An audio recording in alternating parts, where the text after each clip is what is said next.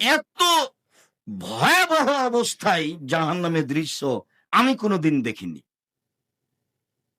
আজকে যেটা দেখেছি তাতে খুব ভয়াবহ অবস্থায় জাহান্নাম দেখলাম।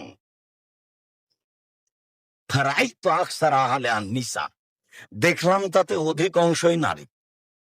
দেখলাম তাতে অধিক অংশই নারী। উপস্থিত দিনী মুসলিম বোন, এই মেয়ে, কথা বলছো কেন? তোমাকে বলছো, তুমি একটু শরম করো না? কথা বলো কেন? তুমি একজন মহিলা মানুষ, পড়াশোনা করেছো, করে হেঁটে এসেছো, কথা বলছো কেন? তোমাকে তো চুপ থাকতে বললাম, কথা বলো কেন? কোন সাহসে কথা বলো?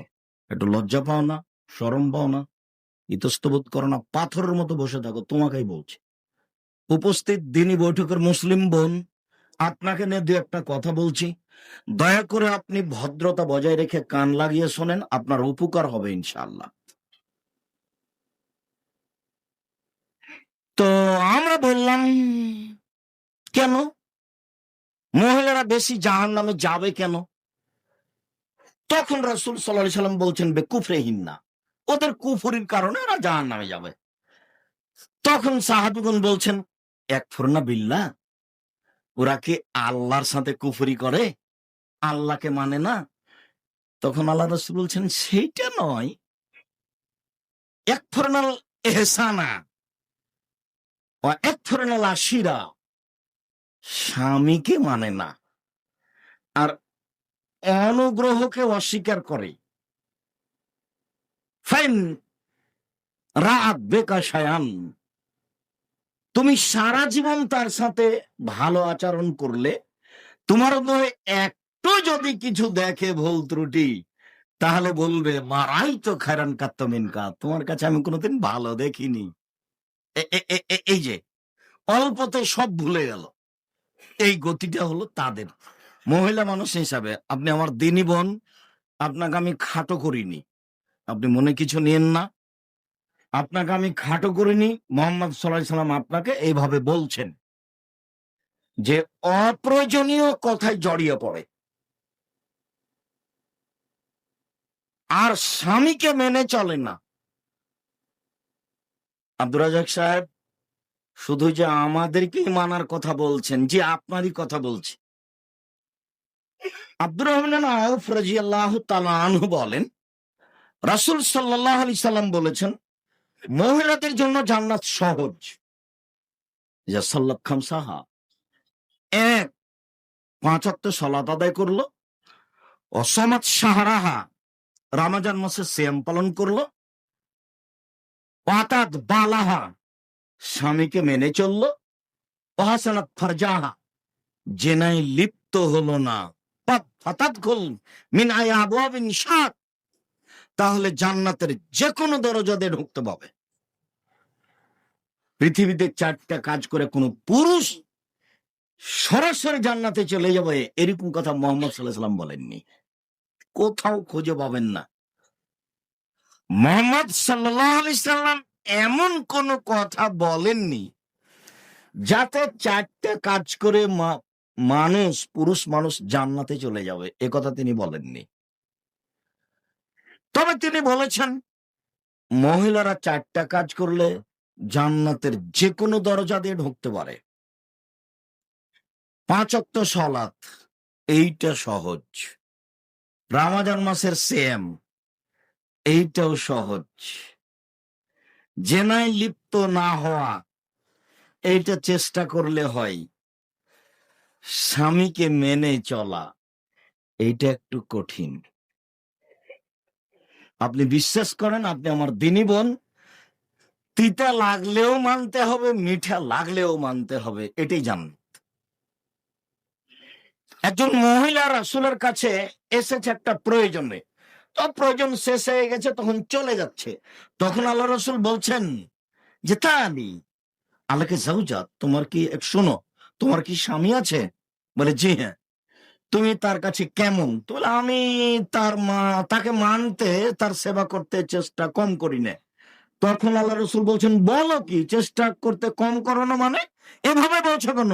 হুয়া জান্নাতুকা ওয়া নারুকি, সেই তো তোমার জাহান্নাম, সেই তো তোমার জান্নাত, সেই তো তোমার জাহান্নাম, সেই তো তোমার জান্নাত, সেই তো তোমার জাহান্নাম, সে তো তোমার জান্নাত। এ কথা মোহাম্মদ সাল্লাল্লাহু আলাইহি ওয়াসাল্লাম বলে। এদেশে একটা বই পাওয়া যায়, আদর্শ পরিবার। আমি আপনার জন্য লিখেছিলাম, আপনি দাম দিয়েছেন কিনা তা আমি জানি না।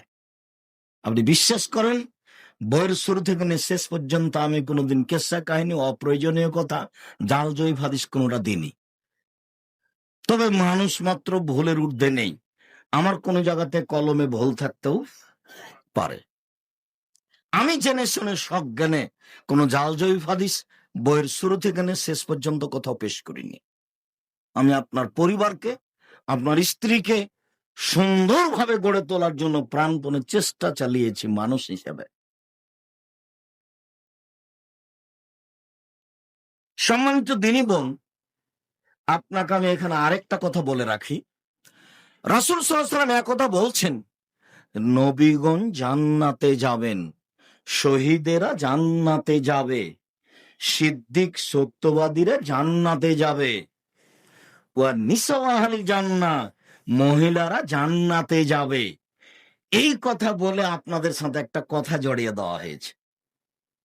তখন আল্লাহ রাসূল বলছেন, যারা স্বামীকে ভালোবাসা দেখিয়ে, প্রেম প্রীতি দেখিয়ে মেনে চলতে পারে, কারণবশত স্বামী অসন্তুষ্ট হলে রাজি খুশি না হওয়া পর্যন্ত কিছু মুখে দেয় না, এরা জান্নাতে যাবে। এরকম কোন কথা সাধারণ মানুষের জন্য নেই। আপনি আবার বুঝেন, দেখেন আমরা ওর মধ্যে পড়িনি। উপস্থিত বৈঠকের মুসলিম বোন, এই মেয়ে, তোমাকেই বলছি, দিনী বৈঠক মুসলিম বোন, আপনি একটু শোনেন। আমাদেরকে এইভাবে আল্লাহ রাসূল উল্লেখ করেননি। তিনি বললেন নবীগণ জান্নাতে যাবেন, তা আমরা কি এর মধ্যে আছি? তিনি বললেন শহীদেরা জান্নাতে যাবে, এটার মধ্যে কি আছি? সত্যবাদীরা জান্নাতে যাবে, আল্লাহ ভালো জানে কত দূরে যে আছে, আল্লাহ ভালো জানে। তারপরে বলছেন যে মহিলারা জান্নাতে যাবে। তো দেখেন তো আপনাদেরটা খাস হয়ে গেল। তখন একটু কথা জড়ানো আছে। যারা স্বামীর সাথে ভালোবাসা দেখিয়ে, প্রেম প্রীতি দেখিয়ে চলে, কারণবশত স্বামী অসন্তুষ্ট হলে তার হাত ধরে বলে, আপনি রাজি খুশি না হওয়া পর্যন্ত আমি কিছু মুখে দিব না, এরা জান্নাতে যাবে। যার জন্য আপনাকে বলছি, স্বামীকে মেনে চলেন, তিতা লাগলেও মিঠা লাগলেও। শেষ পর্যন্ত যদি নাই হয়, সপ্তাহ সপ্তাহ, মাস মাস, 6 মাস থেকে কথা বলেন না। মেয়েকে বলেন তোর বাপকে খেতে দিয়ে, বৌমাকে বলেন তোমার শ্বশুরকে খেতে দাও, আর আপনি কথা বললেন, ওইদিকে যান না। কেউ যখন থাকেন এক গ্লাস পানি চাই, তো আপনি এক গ্লাস পানি তার সামনে থ্যাক্কস করে রেখে চলে আসেন।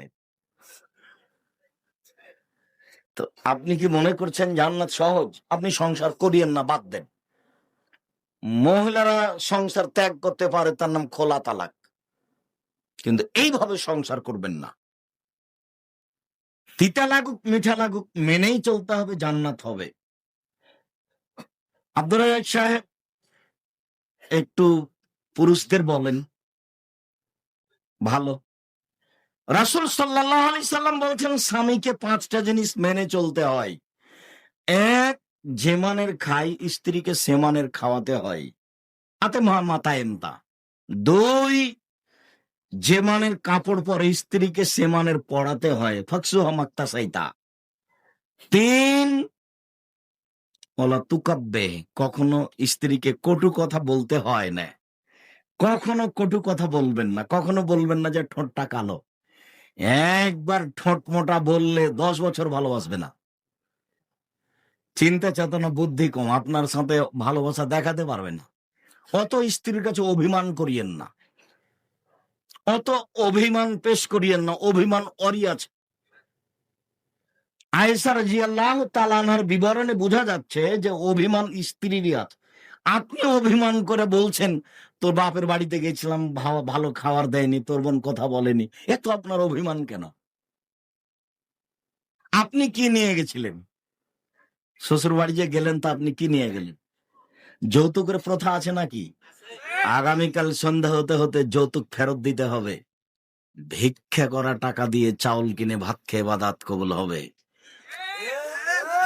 যৌতুকের টাকা দিয়ে চাউল কিনে ভাত খেয়ে ইবাদত কবুল হবে না। এই ছেলে, তুমি নিয়েছে নাকি? তোমার বাপ বেটা তোমরা হারাম খাও। দেখো তোমার বাপের মুখখান ছোট হয়ে গেছে। তোমার বাপকে বলছি, আপনি ভিক্ষা করতে পারেন না? এই ছেলে, তোমার বাপকে বলছি আমি, আপনি ভিক্ষা করতে পারেন না?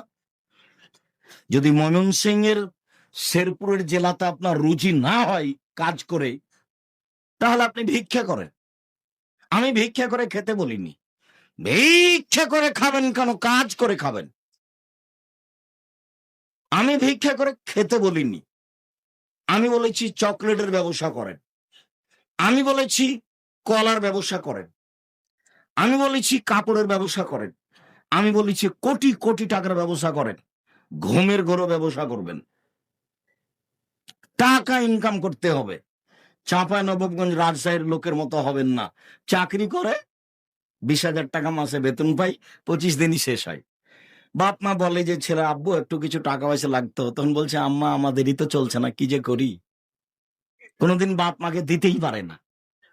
ব্যবসা বাণিজ্য করেন, বাপ মাকে দিতে পারবেন, ছেলে মেয়েকে দিতে পারবেন, অসহায় মানুষকে দিতে পারবেন। রাসূল সাল্লাল্লাহু আলাইহি ওয়াসাল্লাম বলছেন, সত্যবাদী বিশ্বস্ত ব্যবসায়ীরা বিচারের মাঠে নবীগণের সাথে থাকবেন। তিনি বলছেন, আর তিজারাত মাল কিদওয়াল হালাফ, অনেক সময় ব্যবসায় মিথ্যা কথা চলে আসে, কসম চলে আসে। ফাশুবহু সাদাকা, তোমরা দান করে এটা মিটিয়ে দাও। ব্যবসাকে তিনি পছন্দ করেছেন। কোটি কোটি টাকার ব্যবসা করবেন, ছোট ব্যবসা করবেন কেন? আমি ভিক্ষা করে খেতে বলিনি। আমি গার্মেন্টসে মেয়ে পাঠাতে বলিনি। আমি আপনাকে গার্মেন্টস যেতে বলিনি কখনো, ভুল হিসাব। কাজ করে খেতে বলেছি। লোন নিয়ে ব্যবসা করবেন না। সালাম ফেরার পূর্বে দোয়ায়ে মাসুরা নামে দুটা অংশ আছে। একটা অংশের নাম আল্লাহুম্মা ইন্নী যালামতু নাফসি, আর একটা অংশের নাম আল্লাহুম্মা ইন্নী আউযু বিকা মিন আযাবি জাহান্নাম। এই দোয়াটার শেষখানে আছে আউযু বিকা মিনাল মা'সাম ওয়াল মাগরাম, তোমার কাছে বাঁচতে চাই বড় পাপ হতে, তোমার কাছে বাঁচতে চাই ঋণ কর্জ হতে, তোমার কাছে বাঁচতে চাই বড় পাপ হতে, তোমার কাছে বাঁচতে চাই ঋণ কর্জ হতে। ঋণ কর্জ আছে যার, জানাজা হবে না তার। শহীদ হয়ে গেল, পাপ ক্ষমা হবে না। ঋণ কর্জ আছে যার, জানাজা হবে না তার। ব্যাংকে লোন নিয়ে 5 তলা বাড়ি করে খুশি হয়েন না। ছেলে মেয়েকে খুশি করিয়েন না, ভুল হিসাব। টিকতে পারবেন না, মানে জাহান্নামে চলে গেছেন, এরকম ব্যাপার। আর জাহান্নাম সাধারণ জায়গা নয়। কটু কথা বলবেন না, কখনো বলবেন না তোমার রংটা কালো। শুধু প্রশংসা করবেন, তোমার মতো কোনো মেয়ে দেখি নাই। তুমি আমার কাছে বগুড়া সোনাতলা হাটের আদরের মালসা। তোমাকে আমি খুব ভালোবাসি। তোমার মিথ্যা কথাও ভালো, তোমার ওয়াদা খেলাফও ভালো, তোমার সবটাই আমার কাছে ভালো। তোমাকে খুব ভালো লাগে, আপনি প্রশংসা করেন, সারা রাত পাটি বেঁধে। প্রশংসার ভিখারি আপনি, ভুল বুঝেছেন। চোখ দেখাবেন না, গালি দিবেন না, কটু কথা বলবেন না। আমি এ কথা বলিনি, এ কথা মুহাম্মদ সাল্লাল্লাহু আলাইহি ওয়াসাল্লাম বলেন। তিনি বলেন, বইয়ের মুখের উপরে মারো না। তিনি বলেন, ওয়ালা তাতরুকা ইল্লা ফিল বাইতে, তুমি তোমার স্ত্রীকে তোমার বাড়ি ছাড়া কোথাও যেতে দিবা না, কোথাও থাকতে দিবা না, তোমার বাড়িতেই থাকবে। জরুরি দুর্ঘটনা ছাড়া খালার বাড়ি যাবে না, জরুরি দুর্ঘটনা ছাড়া মায়ের বাড়ি যাবে না, জরুরি দুর্ঘটনা ছাড়া বাড়ি থেকে বের হতে পাবে না। এটা ময়মনসিং, জামালপুর নয়। ময়মনসিং মানে আব্দুর রাজ্জাক সাহেব কি বললেন একটু বুঝিয়ে বলেন তো? বললাম যে এদিকে এখান ঘর, এইদিকে এখান ঘর, মধ্যে গরুর গাড়ির রাস্তা। বাড়ি ঘেরা নেই, বাড়ি দরজায় নাই, কোথায় সালাম দিব? 24 ঘন্টার মধ্যে বাড়ির চতুর্দিক ঘেরে, প্রাচীর দিয়ে ঘেরতে হবে, সালাম দেওয়ার জায়গা দিতে হবে। সালাম ছাড়া কেউ ঢুকতে পাবে না। এটা আবার সাতক্ষীরের ব্যাপার। তো দেখি ময়মনসিং এর সাতক্ষীরা কাছাকাছি, আবার জামালপুরের চেয়ে ভিন্ন। যদিও জামালপুর ময়মনসিং এর অন্তর্গত। জামালপুরে আবার বাহির বাড়ি ভিতর বাড়ি। বাহির বাড়িতে রাখাল কিষান থাকে, ভিতর বাড়িতে মহিলারা থাকে। ওরা আবার ডবল, অনেক ভালো। সম্মানিত দিনী ভাই বোন,